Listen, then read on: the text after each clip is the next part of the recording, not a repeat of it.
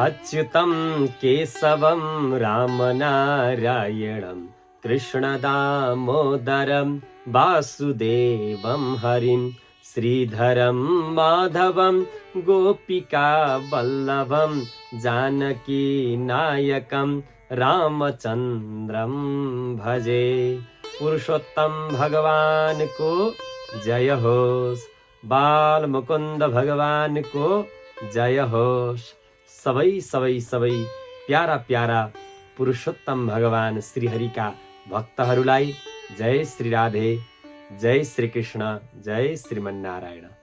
सम्मादरणीय भक्त सज्जन, भगवान श्रीहरिलाई अत्यन्तै प्यारो लाग्ने जुन महिनामा साक्षात दैत्यहरूका राजा प्रहलादजी महाराजको रक्षा गर्नको लागि र यो विश्व ब्रह्माण्डको प्रत्येक चीजमा म बसेको छु भन्ने कुरालाई सत्य साबित गर्नको लागि भगवान श्रीहरि नृसिंह बनेर प्रकट भएर आएर भगवानले दुष्ट दैत्यको संहार गर्नुभएको यो भगवानलाई साह्रै मनपर्ने अत्यन्तै शुभ महिना पुरुषोत्तम महिना चलिरहेको छ। जुन पुरुषोत्तम महिनामा चाहिँ भगवानको आराधना, भगवानको भक्ति, भगवानको कथा, दान पुण्य, तीर्थ व्रत गर्नाले भक्त सज्जन हामीले पाएको यो नाशवान शरीरले भगवानको त्यो परम पदलाई, वैकुण्ठ पदलाई प्राप्त गर्न सक्छ। यो पुरुषोत्तम महिनामा भगवान पुरुषोत्तमको आराधना गर्नाले, भगवानको सेवा पूजा गर्नाले, भजन कीर्तन गर्नाले चाहिँ सुख, शान्ति, समृद्धि, ऐश्वर्यलाई हामीले प्राप्त गर्छौँ।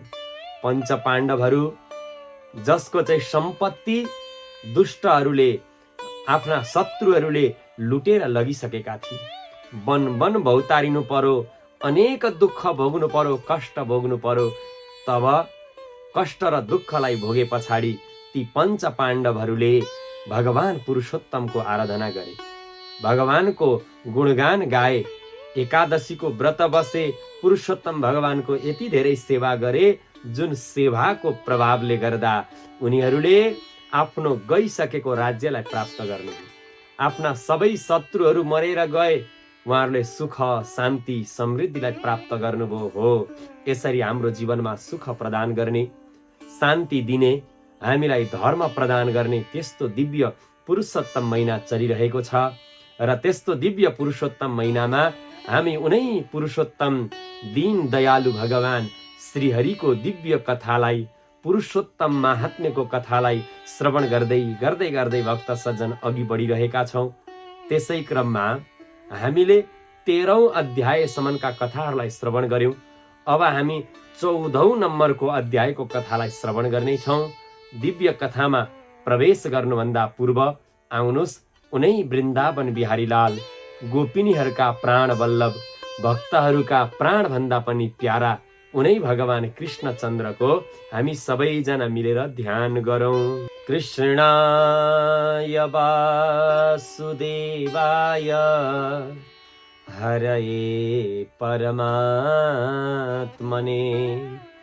प्रणतक्लेशनाशाय गोविन्दाय नमो नमः। कृष्णचन्द्र भगवान को जय होस्, पुराण पुरुषोत्तम भगवान को जय होस्। सम्मादरणीय भक्त सज्जन, पुरुषोत्तम महात्म्यको कथालाई श्रवण गर्दै अघि बढ्ने क्रममा 13औं अध्यायमा हामीले दृढधनुवा नाम गरेको राजाको कथालाई श्रवण गर्दै थियौँ। जुन राजाले चाहिँ यति धेरै सम्पत्ति, यति राम्री सुशील पत्नी, राम्रा राम्रा पुत्रहरू, राम्री छोरी अनि अकण्टक शत्रु रहित भएको राज्यलाई प्राप्त गरे पछाडि राजाको मनमा चाहिँ कुरा खेल्न थाल्यो। यस्तो सम्पत्ति, यति धेरै राम्रा राम्रा छोरा, यति धेरै राम्रो राज्यलाई मैले कसरी प्राप्त गरेँ? न त मैले दान धर्म गरेको छु, न त मैले पुण्य कर्म नै गरेको छु, न त मैले तीर्थ व्रत गएको छु, बडा बडा यज्ञ पनि गरेको छुइनँ। तर पनि मैले चाहिँ यस्तो दिव्य सम्पत्तिलाई, यति धेरै सुखलाई चाहिँ कसरी प्राप्त गरे भनेर राजाको मनमा चाहिँ शङ्का, उपशङ्का, परिशङ्का हुन थाल्यो। तब त्यसै बेलामा राजा वनमा जब शिकार खेल्नको लागि जानुभयो, वनमा एउटा सुगाले भनेको वचनलाई राजाले सुन्नुभयो। यो संसारको सुखमा भौतारिएर आत्मतत्वलाई तिमीले प्राप्त गरिनौ भने कसरी मुक्ति पाउँछौ भनेर सुगाले बोलेको वचनलाई सुनेर राजा चाहिँ दिन रात मलाई सुगाले के ज्ञान दिन खोजेको भन्ने कुराको चिन्तन गर्दै हुनुहुन्छ भन्ने कथालाई हामीले श्रवण गरेर 13औं अध्यायलाई विश्राम गरेका थियौं। अब हामी 14औं अध्यायमा प्रवेश गरौँ। सूतजी महाराज ऋषिगणहरूलाई भन्नुहुन्छ र यही कथा भगवान नारायण नारद मुनिलाई वर्णन गर्दै भन्नुहुन्छ। अथ चिन्तातुरस्यास्य गृहं वाल्मीकिराययौ यो रामचरितं दिव्यं चकार परमाद्भुतम्। अब ती दृढधन्वा नाम गरेको राजाको राज्यमा एक दिन चाहिँ वाल्मीकिजी महाराजको आगमन भयो। तिनै वाल्मीकि जसले चाहिँ यो रामचरितं दिव्यं चकार परमाद्भुतम्, अद्भुत रामचरित्रको जसले चाहिँ वर्णन गर्नुभयो, श्रीमद् वाल्मीकि रामायणको जसले चाहिँ लेखन कार्य गर्नुभयो, त्यस्ता आदि कवि आउनुभयो। वाल्मीकिजी महाराजको आगमन भयो। तब ती राजाले गएर वाल्मीकिजीलाई स्वागत गर्नुभयो, सत्कार गर्नुभयो, गएर बार बार प्रणाम गरेर दिव्य आसनमा लगेर विराजित गराउनुभयो। ऋषिवरको चरणलाई धुएर त्यो चरणको दललाई आफ्नो शिरमाथि छर्किँदै अनि ऋषिको चरणलाई आफ्नो काखमा राखेर पाउको बिस्तारी बिस्तारी सेवा गर्न थाल्नुभयो। अनि सेवा गर्दै राजा वाल्मीकि ऋषिसँग भन्नुहुन्छ, हे ऋषिवर, मेरो अहोभाग्य, मैले कुन जन्ममा सत्कर्म गरेको रहेछु, आज मेरो घरमा हजुरको चरण पर्यो। हजुरको पाउ मेरो घरमा पर्नाले आज मेरो घर पवित्र भयो। मेरा पितृहरू सबै तरेर जाने भए, प्रभु म धन्य भए भन्दै बार बार प्रणाम गर्नुभयो। ऋषिवरको गुणगानलाई महिमालाई दृढधन्वा राजाले गाउनुभयो। तब त्यस बेलामा वाल्मीकि ऋषि ती दृढधन्वा नाम गरेका राजालाई भन्नुहुन्छ, साधु साधु नृप श्रेष्ठ त्वय्ये तदुपपद्यते चिन्तातुरः कथं राजन् वद सर्वं मनोगतम्।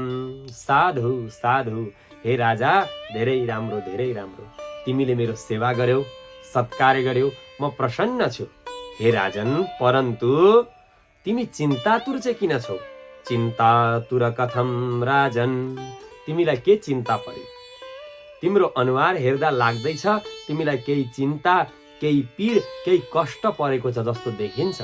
हे राजन, वद सर्वं मनोगतम्, तिम्रो मनमा के छ? के कुराले तिमीलाई चिन्ता पर्यो? के कारणले तिम्रो मन चाहिँ खिन्न भएको छ? यो सबै कुरा तिमीले मलाई विस्तारपूर्वक भन भनेर जब यसरी ती वाल्मीकि मुनिले दृढधन्वा नाम गरेका राजालाई जब सोध्नुभयो, तब दृढधन्वा राजा वाल्मीकि मुनिलाई बार बार बिन्ती गर्दै भन्नुहुन्छ, भवदीय पदाम्भोज कृपया मे सुखम सदा परन्त्वेको महान विद्वान सन्देहो हृदये मम। हे प्रभु, हजुरको आशीर्वादले मेरो घरमा मेरो राज्यमा कुनै पनि प्रकारको चिन्ता छैन, परन्तु प्रभु मेरो मनमा एउटा महान सन्देह उत्पन्न भएको छ। हजुरले त्यो कुरालाई सुनेर मेरो मनमा भएको सन्देह, मेरो मनमा भएको संशयलाई हजुरले चाहिँ नाश गरी बक्सेला। राजाले वाल्मीकि मुनिलाई आफ्नो मनमा भएको सन्देह सुनाउन थाल्नुभयो। राजा भन्नुहुन्छ, हे मुनिवर, एक दिन म शिकार खेल्दै खेल्दै खेल्दै खेल्दै वनमा विहार गर्दै गर्दै गएँ। अनि वनमा विहार गर्दै शिकार खेल्दै जाँदा मलाई भोक र तिर्खाले व्याकुल बनायो। वनमा एउटा सरोवर भेटे। त्यो सरोवरमा गएर जलपान गरेर वृक्षको फेदमा जब म बसेको थिएँ, त्यहाँ एउटा सुगा आउनुभयो। अनि त्यो सुगाले आएर मतिर हेर्दै मलाई एउटा कुरो भन्नुभयो, संसारमा रहेका ती सुख भोगेर त्यस्तरी गर्दैनौ तत्व चिन्ता ता जौला पार कसो गरी। यो संसारमा रहेर संसारको सुखलाई, संसारको मोज मस्तीलाई भोगेर तत्त्व चिन्तन गरेनौ भने कसरी यो भवसागर तरेर भगवानको लोक जान सक्छौ? केवल मोज मस्ती गरेर सुख मात्रै गर्यो भने त नरकमा जानुपर्छ भनेर यसरी ती सुगाले मलाई यो कुरो भनिदिनु भयो। हे प्रभु, उहाँले भन्न खोजेको कुरा के हो? उहाँ को हुनुहुन्थ्यो? साक्षात् सुखदेव भगवान नै कतै मेरो कल्याण गर्नको लागि त आउनु भएको थिएन। हे प्रभु, ती सुकले भन्न खोजेको सबै कुरालाई, रहस्यलाई मैले बुझिनँ। त्यसै कारणले गर्दा मेरो मनमा बडो चिन्ता परेको छ। हे प्रभु, मैले यति धेरै सम्पत्ति पाएको छु, यति धेरै धन पाएको छु, यति राम्री श्रीमती, यति राम्रा छोराहरू, यति राम्रा आज्ञाकारी सेवक, नोकर चाकर सबै कुरा पाएको छु। यो सबै सुख मैले कुन जन्मको पुण्यको प्रतापले पाएँ? मैले यो सबै कुरा कसरी पाएँ? हे प्रभु, र ती सुगाले मलाई भन्न खोज्नु भएको कुरो के हो? हजुरले सबै कुरा बताइदिनुहोस् भनेर जब वाल्मीकि मुनिसँग दृढधनुवा राजाले प्रश्न गर्नुभयो, तब वाल्मीकि मुनि भन्नुहुन्छ, शृणो भूपति शार्दूल प्राग्जन्म चरितम तब पुरा जन्मनि राजेन्द्र भवान द्रविड देशजः। हे राजन, सुन, अब तिमीलाई म तिम्रो पूर्व जन्मको चरित्र वर्णन गरेर सुनाउँछु। तिमी चाहिँ पूर्व जन्ममा द्रविड नाम गरेको देशमा चाहिँ सुदेव नामले विख्यात तिमी ब्राह्मण थियौ। तिमी चाहिँ अत्यन्त सत्यनिष्ठमा रहने, धर्म कर्म गर्नेवाला ब्राह्मण थियौ। धार्मिकः सत्यवादी च यथा लाभेन तोषवान्। धार्मिकः, तिमी धार्मिक थियौ। सत्यवादी च, तिमी सत्यवाणी बोल्नेवाला थियौ। अनि यथा लाभेन तोषवान्, जे जति भगवानको कृपाले प्राप्त हुन्थ्यो त्यसमै तिमी सन्तुष्ट हुन्थ्यौ। यो ब्राह्मणको सबैभन्दा ठुलो गुण हो। जे जति भगवानको कृपाले दान दक्षिणा प्राप्त हुन्छ त्यसमै खुसी हुनु नै ब्राह्मणको सबैभन्दा ठुलो राम्रो गुण हो। तिमीमा त्यो गुण थियो। त्यसका साथसाथै वेदाध्ययन सम्पन्न, वेद अध्ययन गरेका थियौ। चारैवटा वेदलाई जान्नेवाला, विष्णु भक्ति परायण, भगवान विष्णुको भक्ति गर्थ्यौ। त्यति मात्रै होइन, अग्निहोत्रादि कर्म गरेर तिमीले भगवानलाई प्रसन्न बनाएको थियौ। ताम्रपर्णी नाम गरेको नदीको तटमा बसेर सत्कर्म गर्दै गर्दै गर्दै तिम्रा दिनचर्याहरू व्यतीत हुँदै गए। अनि तिमीले गौतम ऋषिकी कन्या, गौतमी नाम गरेकी कन्यासँग विवाह गर्यौ। घरमा कुनै पनि कुराको कमी थिएन। ती गौतमी पनि आफ्नो श्रीमानको खुब सेवा गर्नेवाली थिइन्। कसरी सेवा गर्थिन् अरे? पति पर्यचरत प्रेमणा भवानी भवम प्रभुम। भवानी माता पार्वतीले जसरी भगवान शिवजीको सेवा गर्नुहुन्थ्यो त्यसै गरी ती गौतमीले पनि आफ्नो पतिको सेवा गर्थिन्। समय बित्दै गयो, परन्तु घरमा सन्तानको जन्म भएन। जब सन्तानको जन्म भएन तब ती ब्राह्मणको मनमा बडो पीडा हुन थाल्यो, बडो चिन्ता पर्यो। कुन जन्मको पापको प्रभावले गर्दा मेरो घरमा सन्तानको जन्म भएन? सन्तानको सुख यदि पाइएन भने यो संसारको सुख त तुच्छ हुँदो रहेछ। हे देवी, मेरो घरमा सन्तानको जन्म भएन, अब म के गरौँ? सन्तान बिनाको जीवन जिउनु भन्दा त बरु प्राण त्यागिदिउँ कि क्या हो भन्दै जब यसरी बडो विस्मय गर्दै दुखी हुँदै आफ्नी पत्नीलाई जब सुनाउनु भयो, तब ती गौतमीले आफ्नो पतिलाई सम्झाउँदै भन्छन्, मामा प्राणेश्वर ब्रूहि तुच्छ वाक्यानि साम्प्रतम। हे प्राणेश्वर, हे पतिदेव, हजुरले यस्तो तुच्छ वाक्य नबोल्नुहोस्। यो भगवानले दिनुभएको मनुष्य शरीर त अत्यन्तै अनमोल छ। यो मनुष्य शरीरलाई त्यति सजिलै त्याग गर्नु हुँदैन पतिदेव। हजुर जस्तो विद्वान, हजुर जस्तो ज्ञानीलाई मैले यसरी अर्ती दिनु त राम्रो हुँदैन, परन्तु यस्तो तुच्छ वाक्य नबोल्नु होला पतिदेव। सन्तानद्वारा सुख पाइन्छ भनेर हजुर भन्नु हुँदैछ। पहिलेको समयमा चित्रकेतु नाम गरेका राजा जो हुनुहुन्थ्यो, ती चित्रकेतु राजाले पनि 1 करोड बढी रानीसँग विवाह गर्नुभयो। पछि छोरो त जन्मियो, परन्तु छोरो जब मरेर गयो तब राजाले दुःख खेप्नु पर्यो। राजाले छोरोको वियोगमा रुँदै कराउँदै जीवनलाई व्यतीत गर्नु पर्यो। पछि नारद र अङ्गिरा मुनिले आएर उपदेश दिएर ती चित्रकेतु राजाको कल्याण भएको थियो। त्यस्तै प्रकारले राजा अङ्गको घरमा पनि सन्तान भएन। बडो यज्ञ गरेर पुत्र त पाउनुभयो, परन्तु त्यही पुत्रले दिएको कष्ट, पुत्रले गरेको अधर्मलाई सहन नसकेर राजपाठ छोडेर राजा अङ्गले पनि वनमा गएर तपस्या गर्नु पर्यो, घरै छोड्नु पर्यो। त्यसैले पुत्रले सुख नै दिन्छन्, शान्ति नै दिन्छन्, आनन्द नै दिन्छन् भनेर हजुर जुन कुरो भन्नुहुँदैछ, पुत्रले सुख शान्ति आनन्द नदिन पनि सक्छन्। हे पतिदेव, यदि हजुरलाई सन्तानकै चाहना छ, पुत्र प्राप्तिकै चाहना छ भने हामीले आराधय जगन्नाथम हरि सर्वार्थदम मुदा। जगन्नाथ भगवान हरिको चाहिँ हजुरले आराधना गर्नुहोस्, हामी आराधना गरौँ। ती हरि चाहिँ कस्तो हुनुहुन्छ भन्दा सर्वार्थदम, सबै भक्तहरूको मनोकामनालाई पूर्ण गर्नेवाला हुनुहुन्छ। त्यस्ता भगवान हरिको आराधना गरौँ। तिनै भगवान हरिले हजुरको इच्छा, मेरो इच्छा, हाम्रो इच्छालाई चाहिँ पूर्ण गरिदिनुहुन्छ भनेर पत्नी गौतमीले यसरी ती सुदेव नाम गरेका ब्राह्मणलाई भन्नुभयो।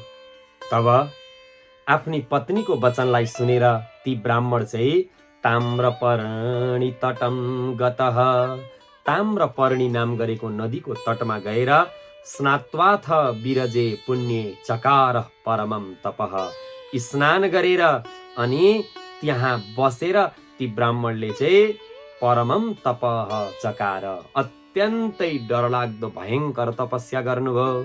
तपस्या गर्दा शुष्क पर्ण जलाहार, रुखका झरेका पातहरूलाई खाएर केवल पानीलाई मात्रै पिएर कठोर कठोर कठोर कठोर कठोर ती ब्राह्मणले तपस्या गर्नुभयो।